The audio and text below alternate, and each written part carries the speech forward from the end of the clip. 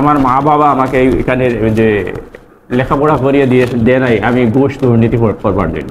এই সরকারকে সহযোগিতা আমরা করব, এই সরকারকে আমরা ব্যর্থ হতে দিব না। হ্যাঁ, এই সরকার যদি ব্যর্থ হয় জাতি হিসাবে আমরা ব্যর্থ হব, আমাদের কোনো অস্তিত্ব থাকবে না। আমি আমার নেতা জনাব তারেক রহমানের কথাটাকে তার কথাকে অতি অক্ষরে অক্ষরে আমি মূল্যায়ন করার চেষ্টা করতেছি। আমি আমার বিবেকের ধারণা থেকে এই পদের মূল্যায়ন করতে গিয়ে এবং যারা যে সমস্ত শহীদ আন্দোলনে শহীদ হয়েছে, স্বৈরাচারী শেখ হাসিনাকে সরাতে গিয়ে পঙ্গু হয়েছে, তাদের রক্তের ঋণ শোধ করার জন্য আমি আমার বিবেকের ধারণা থেকে এই পোস্টটা দিয়ে এখানে লিখে দিয়েছি। এবং আমরা বুঝতে পেরেছি সাধারণ জনগণ যে পিপিকে টাকা দিতে হয় না। এই যে একটা সাহসী একটা উদ্যোগ নিয়েছেন উনি, এই জন্য ওনাকে আমাদের পক্ষ থেকে, আমাদের সাধারণ মানুষের পক্ষ থেকে ধন্যবাদ জানাচ্ছি। বলতে গেলে এটা অত্যন্ত সাধুবাদজনক একটা বিষয়, একটা বিষয়। সিনিয়র মানে এরকম উদাহরণ আগে কখনো দেখিনি আমরা, সিলেট অন্য কোথাও দেখিনি। উনি সরাসরি যে লিফলেটের মাধ্যমে প্রচারণা করছেন সাধারণ জনগণ এবং বিভিন্ন স্থানে হয়রানি এবং বিভিন্ন ধরনের সমস্যা নির্মূলের জন্য উনি কাজ করেছেন, এটা আসলে সাধুবাদ এবং কৃতজ্ঞতার দাবিদার। উনি আমার সিনিয়র এই ট্রেডিশন ভেঙে উনি যে একটা নতুন রাস্তা দেখিয়েছেন, তো এটাকে আমি সাধুবাদ জানাই।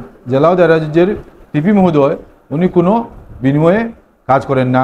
আসলে এই পদে আমি যোগ দেওয়ার পর থেকেই আমার বিবেকের ধারণায় এই পদকে মূল্যায়ন করতে গিয়ে এই ভিডিওটা আমি এখানে আমার দরজায় লটকে রাখছি। আপনারা জানেন শত শত মানুষ নিহত হয়েছে, শিশু আপামর জনসাধারণ, শত শত মানুষ হাসপাতালে পঙ্গু অবস্থায় আছে এই স্বৈরাচারী সরকারকে, শেখ হাসিনাকে সরাতে গিয়ে। এরপরে সিলেটে বা অন্যান্য জায়গায় পাবলিক প্রসিকিউটর নিয়োগ হচ্ছে। আমাদের এখানে অন্য একজন ইতিপূর্বে পূর্বে নিয়োগপ্রাপ্ত হয়েছিলেন, কিন্তু সিলেটের আইনজীবীরা বা আমাদের সংশ্লিষ্ট কেউ এই ওনাকে মেনে নিতে পারেনি, যার কারণে তারা এখানে আন্দোলন করেছে, মানববন্ধন করেছে, ইভেন অফিসের মধ্যে তালাও দিয়েছে। হ্যাঁ, পরবর্তীতে মন্ত্রণালয় বা আমাদের যারা সংশ্লিষ্ট আপনারা জানেন আমি সিলেট জেলা বিএনপির সিনিয়র সভাপতি, সবাই আমাকে এই জায়গায় এই পোস্টে মনে করছে যে আমি উপযুক্ত। ওই কারণে তারা সুপারিশ করে মন্ত্রণালয় থেকে আমাকে এই সিলেটের পাবলিক প্রসিকিউটরের দায়িত্ব দিয়েছে। আসলে আপনারা জানেন সিলেট পাবলিক প্রসিকিউটর সিলেটের আইন উপদেষ্টা। আমি ডক্টর ইউনূস সাহেবের সরকারের একটা অংশ, একটা দায়িত্ব পেয়েছি এই সরকারের সফলতার অংশ হিসাবে। এখন আমি যদি আমার দায়িত্ব আমি যথাযথ না পালন করি, সাধারণ মানুষ যদি আমার এই উপদায়নকে অন্যভাবে না দেখে, তাহলে আমি এইখানে এই চেয়ারে বসার কোনো মানে নাই। মানুষের একটা ধারণা ছিল, আগে অন্যভাবে ধারণা ছিল। আমি আমার বিবেকের ধারণা থেকে এই পদের মূল্যায়ন করতে গিয়ে এবং যারা যে সমস্ত শহীদ আন্দোলনে শহীদ হয়েছে, স্বৈরাচারী শেখ হাসিনাকে সরাতে গিয়ে পঙ্গু হয়েছে, তাদের রক্তের ঋণ শোধ করার জন্য আমি আমার বিবেকের ধারণা থেকে আমার দায়িত্বটা ন্যায়ত পালন করার জন্য, সুষ্ঠুভাবে পালন করার জন্য এবং যথাযথভাবে এই দায়িত্ব পদের মূল্যায়ন রাখার জন্য আমি এই পোস্টটা দিয়ে এখানে লিখে দিয়েছি। না লিখে দিলে আমি না লিখেও পারতাম, কিন্তু অনেকে জানতো না। এই আজকে আপনারা আসছেন আমার সাক্ষাৎকার নিতে, অনেকে আছে প্রতিদিন আমার নামে টাকা নেয় যে পিপি সাহেবকে দিতে হবে এতটা।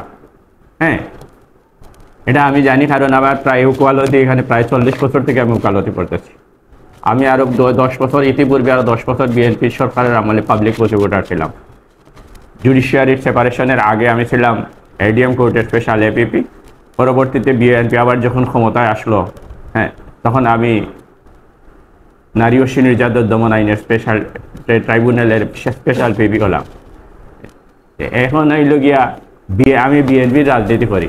আমি শহীদ রাষ্ট্রপতির আদর্শে লালিত, আমাদের নেতা তারেক রহমান অসুস্থ অবস্থায় বিদেশের মাটিতে বসে দলকে নেতৃত্ব দিতেছেন, আন্দোলনকে নেতৃত্ব দিতেছেন।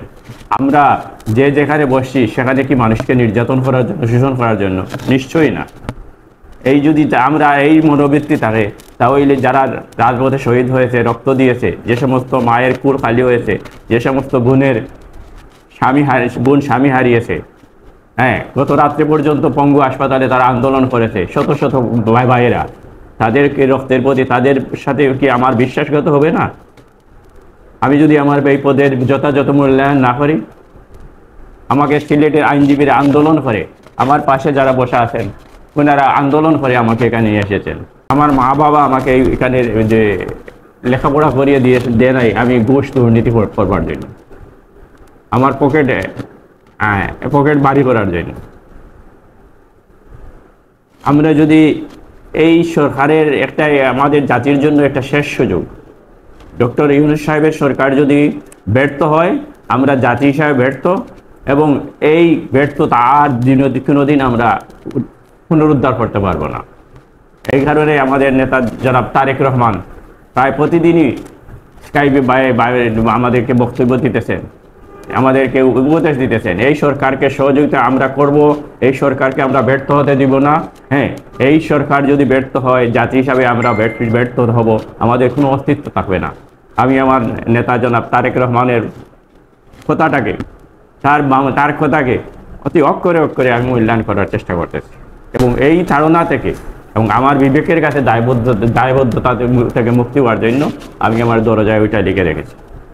মানে পিপি সাহেবরা একটা সমাজে যে একটা জিনিস প্রচার আছে যে ওনারা টাকা নেন, তো এটা সময়ের আবর্তে মানে এটা হয়ে গেছে আর কি, এটা এখন একটা ট্রেডিশন হয়ে গেছে। তো আমার সিনিয়র এই ট্রেডিশন ভেঙে উনি যে একটা নতুন রাস্তা দেখিয়েছেন, তো এটাকে আমি সাধুবাদ জানাই।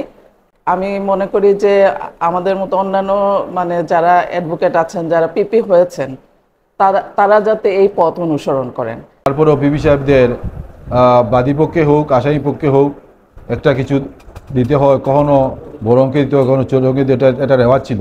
কিন্তু আমরা সৌভাগ্যবান যে আমাদের জেলা দায়রা জজের পিপি মহোদয় যে উনি ঘোষণা দিয়েছেন যে এ ধরনের কোনো নেবেন না। উনি আমাদেরকে বলেছেন, মহানগরের পিপি সাহেব সেম উনিও নেন না।